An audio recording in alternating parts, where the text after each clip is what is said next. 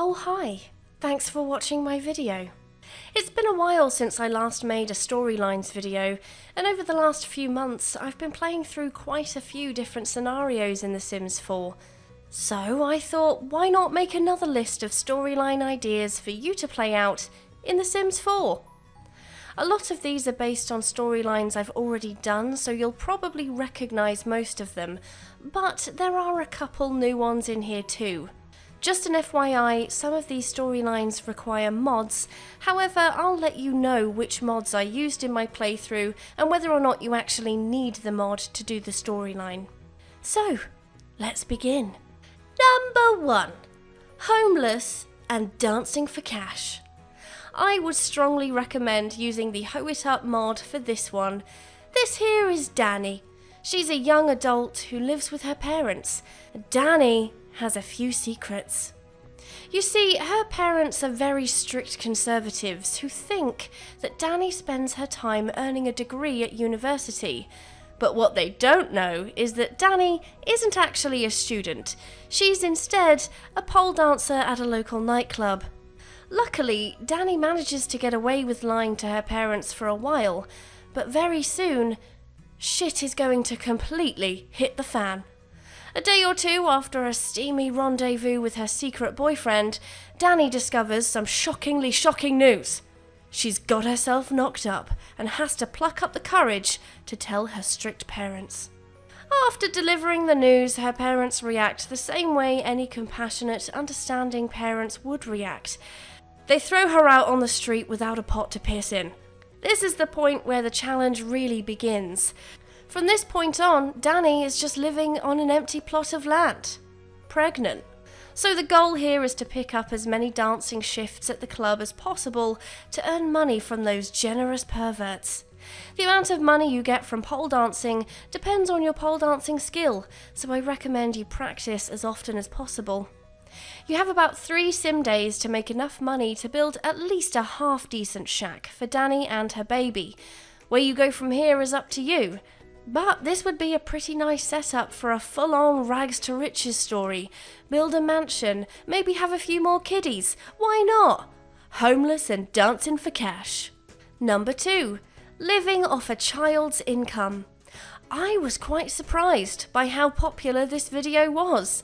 Turns out a lot of people want to know how a family can survive on a child's income. So, here we have little Harry, and little Harry lives with his mum and younger sister Kat. They live in a beaten up, smoke-filled trailer. They're pretty broke as shit, and the mum doesn't help the situation. She used to be a huge fan of crack, loved the stuff. The kids would never have to contemplate what she want for Christmas, let's say that. Now, the mum has made some progress by the time the storyline starts. She has, for example, given up crack. But she still has her demons. She still can't get a job because she's a heavy alcoholic and spends her time drinking wine and smoking cigs. If you want your mum's sim to be as realistic as mine, you might want the base mental drugs mod, but it isn't essential to the story. Little Harry is very aware of how bad the situation is, and he's determined to do what it takes to make sure the family stays afloat. Mainly because he doesn't want his sister to be taken away. The challenge here is using Harry to exhaust every avenue available to children, to keep the bills paid and maybe even upgrade the house a little. In between attending school and doing homework, Harry needs to be on the hunt for some cash. Of course, it's up to you how you make your money, but I found the best strategy was to catch fish, find collectibles and search for treasures in dumpsters. When I made over 1,000 simoleons, I invested in a YouTube station and had Harry make money through that going forward, which made managing time easier and required less travelling around. Living off just a child's income. Give it a try sometime. Number 3. Living off a toddler's income. I'm starting to notice a pattern here. I should have instead named this video Different Ways to Play Rags to Riches. So, we had living off a child's income. Why stop there? If you can get them working when they're tots, why on earth wouldn't you? This storyline does require a mod to work. The Toddler Pageant mod, one of my personal favourites. Little Polly has a similar life to Harry. She also lives in a grubby house with her older brother and her constantly arguing parents. Her dad is an aggressive guy, big drinker, and her mum is selfish and manipulative. Her family seems to be falling apart. No one's getting on. That is, until Polly's mum notices that there's a toddler beauty pageant in town. She takes her little one to compete for the crown. She may be on the pushy side, but at least she's taking an interest in her children's lives. Well, okay, maybe she is just there to pick up a check. Provided you have your toddler sim perform all of the goals for the event, you should finish up with a prize, which is usually a crown, a sash, a trophy, and a wad of cash. Mum, being the responsible, family-loving sim that she is, she decides to spend the money on something that their hungry family really need. A swimming pool, with no door to actually swim in it. That's how reckless she is. This is basically a challenge where you slowly upgrade the house, making the rooms look nicer, make the outside of the house look nice. But you can only do so from making the money made off of exploiting that toddler. Another wholesome storyline. Living off a toddler's income. Number 4. Build a woohoo room. This storyline is heavily influenced by the Netflix show How to Build a Woohoo Room. In fact, I don't even know why I said heavily influenced. It's a complete knockoff. So basically, create yourself a sim. I personally chose to make the same person as the one in the show and become an interior decorator. Once you start getting gigs, all you'll have to do is ignore all of what your client actually wants and instead build a woohoo room. Not only is this quite fun to do, but it's also the gift that keeps giving. I remade a number of Sims rooms, forgot about it, and then stumbled across Don Lothario's seduction den whilst popping in to say hi. You can make your rooms as tame or out there as you like. There's plenty of custom content that would suit a romantic setting, so fill your boots. If you want to add a little challenge to your room, you should gather your clients' likes and hobbies and try to actually incorporate them in their room.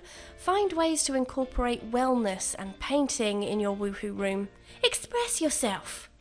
Number 5. The couples experiment. This is one of the few ideas that doesn't have a storyline already laid out. With this one, you instead have to wait for the storyline to unfold. Create 8 Sims and put them all in relationships.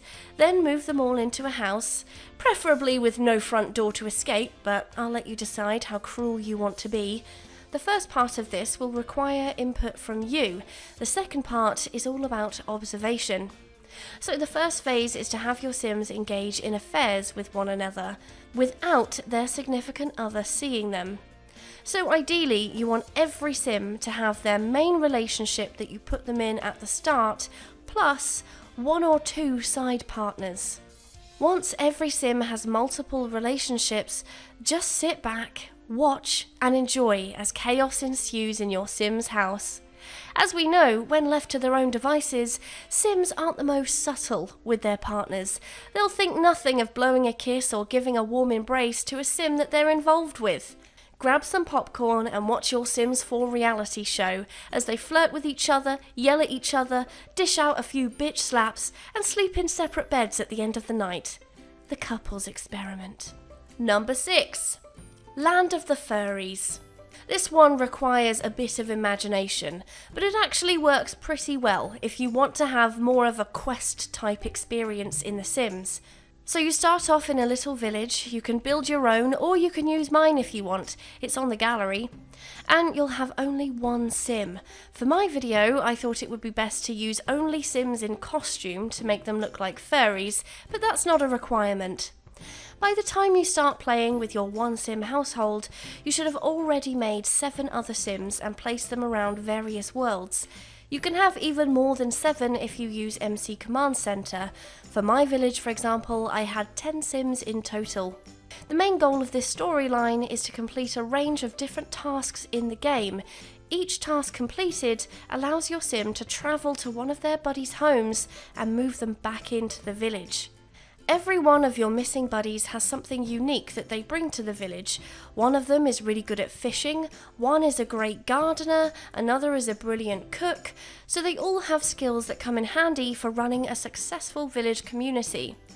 You can come up with tasks yourself, or you can just copy mine.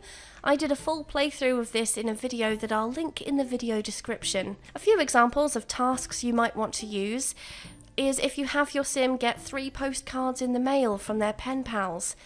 And with that, they can go and get another villager. If your sim catches 5 fish, then they can go and get another villager. You can make tasks out of obtaining collectibles, crafting things, all sorts. Keep going until you've populated your island of furries. Oh wait, what's that? Not enough rags to riches style storylines? Okay, here's 2 more. Number 7. Only Sims College. So this storyline does require the Only Sims mod, it just doesn't work without it. So you start off with a sim who has no money, jack shit, and they live on an empty plot of land. But your sim wants for a better life. Trouble is, they don't have the confidence to dance for cash like Danny does. They want an education. So your sim needs to get themselves on Only Sims.